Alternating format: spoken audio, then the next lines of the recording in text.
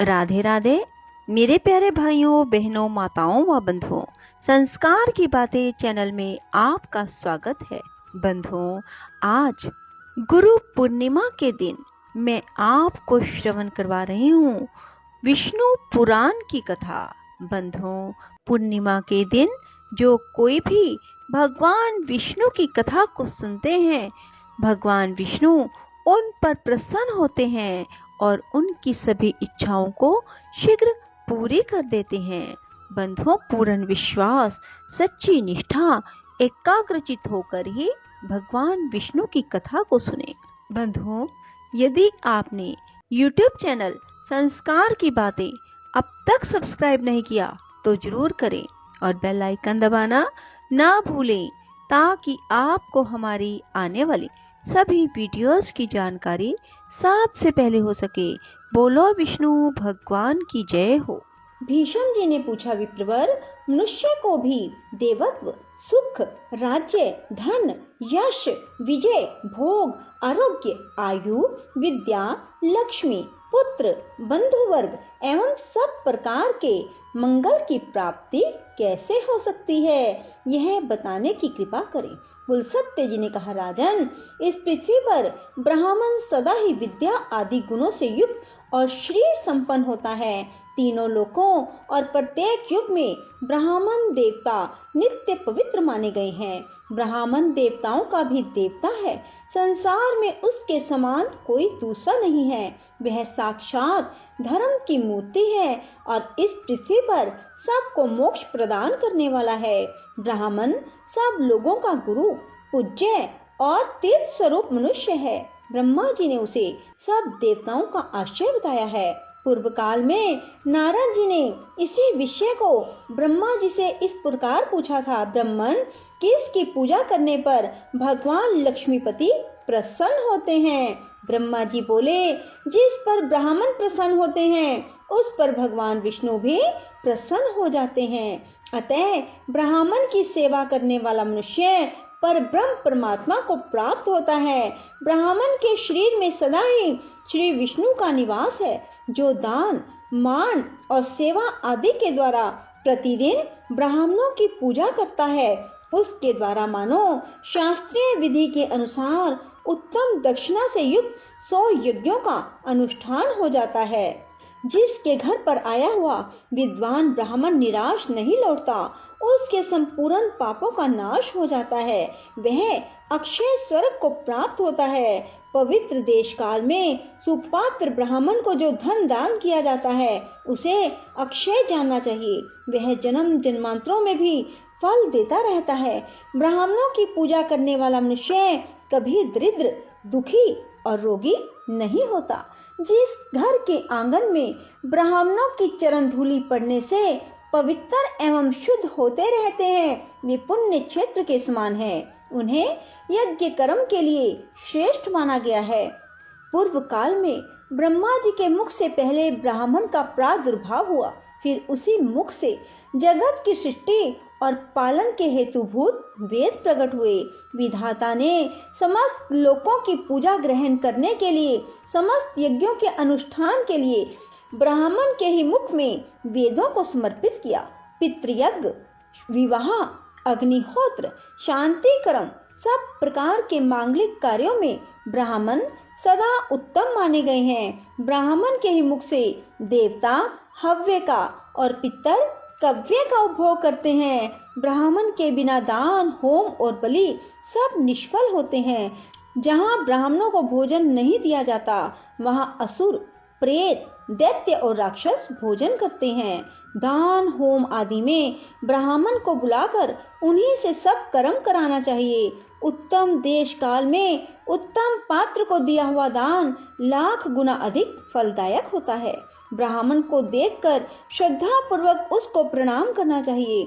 उसके आशीर्वाद से मनुष्य की आयु बढ़ती है, वह चिरंजीवी होता है। ब्राह्मण को देखकर उसे प्रणाम न करने से, ब्राह्मण के साथ द्वेष रखने से, उसके प्रति अश्रद्धा करने से मनुष्यों की आयु क्षीण हो जाती है। उनके धन ऐश्वर्य का नाश होता है, परलोक में उनकी दुर्गति होती है। ब्राह्मण का पूजन करने से आयु, यश, विद्या और धन की वृद्धि होती है तथा मनुष्य श्रेष्ठ दशा को प्राप्त होता है। इसमें तनिक भी संदेह नहीं है। जिन घरों में ब्राह्मण के चरणोदक से कीच नहीं होती, जहाँ वेद और शास्त्रों की ध्वनि नहीं सुनाई देती, जो यज्ञ, तर्पण और ब्राह्मणों के आशीर्वाद से वंचित रहते हैं, वे शमशान के समान हैं। नारद जी ने पूछा, पिताजी, कौन ब्राह्मण अत्यंत पूजनीय है? ब्राह्मण और गुरु के लक्षण का यथावत वर्णन कीजिए। ब्रह्मा जी ने कहा, वत्स, श्रोत्रिय और सदाचारी ब्राह्मण की नित्य पूजा करनी चाहिए। जो उत्तम व्रत का पालन करने वाला और पापों से मुक्त है, वह मनुष्य तीर्थ स्वरूप है। उत्तम श्रोत्रिय कुल में उत्पन्न होकर भी जो वैदिक कर्मों का अनुष्ठान नहीं करता, वह पूजित नहीं होता। असत क्षेत्र मात्र कुल में जन्म लेकर भी जो वेद अनुकूल कर्म करता है, वह पूजा के योग्य है। जैसे महर्षि वेद व्यास और ऋष्य सिंह, विश्वामित्र यद्यपि क्षत्रिय कुल में उत्पन्न है, तथापि अपने सत्कर्मों के कारण वे समान हैं। इसलिए बेटा, तुम पृथ्वी के तीर्थ स्वरूप क्षत्रिय और ब्राह्मण के लक्षणों को सुनो। इनके सुनने से सब पापों का नाश होता है। ब्राह्मण के बालक को जन्म से ब्राह्मण समझना चाहिए। संस्कारों से उसकी द्विज संज्ञा होती है। विद्या पढ़ने से वह विप्र नाम धारण करता है। इस प्रकार जन्म, संस्कार और विद्या, इन तीनों से युक्त होना क्षत्रिय का लक्षण है। जो विद्या, मंत्र, वेदों से शुद्ध होकर तीर्थ स्नान आदि के कारण भी पवित्र हो गया है, वह ब्राह्मण परम पूजनीय माना गया है। जो सदा भगवान श्री नारायण में भक्ति रखता है, जिसका अंतःकरण शुद्ध है, जिसने अपनी इंद्रियों और क्रोध को जीत लिया है, जो सब लोगों के प्रति समान भाव रखता है, जिसके हृदय में गुरु, देवता, अतिथि के प्रति भक्ति है, जो माता पिता की सेवा में लगा रहता है, जिसका मन प्राय स्त्री में कभी सुख का अनुभव नहीं करता, जो सदा पुराणों की कथा कहता है और धार्मिक उपाख्यानों का प्रसार करता है, उस ब्राह्मण के दर्शन से प्रतिदिन अश्वमेध आदि यज्ञों का फल प्राप्त होता है। जो प्रतिदिन स्नान, ब्राह्मणों का पूजन, नाना प्रकार के व्रतों का अनुष्ठान करने से पवित्र हो गया है, जो गंगा जी के जल का सेवन करता है, उसके साथ वार्तालाप करने से ही उत्तम गति की प्राप्ति होती है। जो शत्रु और मित्र दोनों के प्रति दया भाव रखता है, सब लोगों के साथ समता का बर्ताव करता है, दूसरे का धन जंगल में पड़ा हुआ तिनका भी नहीं चुराता, काम और क्रोध आदि दोषों से मुक्त है, जो इंद्रियों के वश में नहीं होता, यजुर्वेद में वर्णित चतुर्वेदमयी शुद्ध 24 अक्षरों से युक्त त्रिपदा गायत्री का प्रतिदिन जप करता है, उसके भेदों को जानता है, वह ब्रह्म पद को प्राप्त होता है। पिताजी, गायत्री का क्या लक्षण है? उसके प्रत्येक अक्षर में कौन सा गुण है? उसकी कुक्षी, चरण, गोत्र का क्या निर्णय है? इस बात को स्पष्ट रूप से बताइए।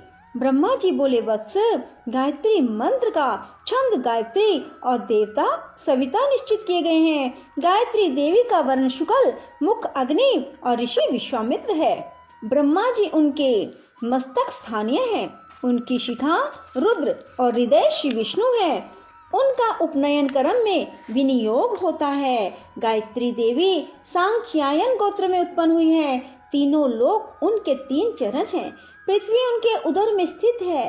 पैर से लेकर मस्तक तक शरीर के 24 स्थानों में गायत्री के 24 अक्षरों का न्यास करके द्विज ब्रह्मलोक को प्राप्त होता है। प्रत्येक अक्षर के देवता का ज्ञान प्राप्त करने से विष्णु का सायुज्य मिलता है। अब मैं गायत्री का दूसरा निश्चित लक्षण बताता हूँ। वह 18 अक्षरों का यजुर मंत्र है। अग्नि शब्द से उसका आरंभ होता है, स्वाहा से हकार पर उसकी समाप्ति। जल में खड़ा होकर इस मंत्र का 100 बार जप करना चाहिए। इससे करोड़ों पातक और उपपातक नष्ट हो जाते हैं। जप करने वाला पुरुष ब्रह्म हत्या आदि पापों से मुक्त होकर मेरे लोक को प्राप्त होता है। बोलो विष्णु भगवान की जय हो। राधे राधे। जय श्री कृष्णा। बंधुओं, यदि आपको हमारी वीडियो पसंद आए तो इसे लाइक करें और शेयर भी जरूर करें। धन्यवाद।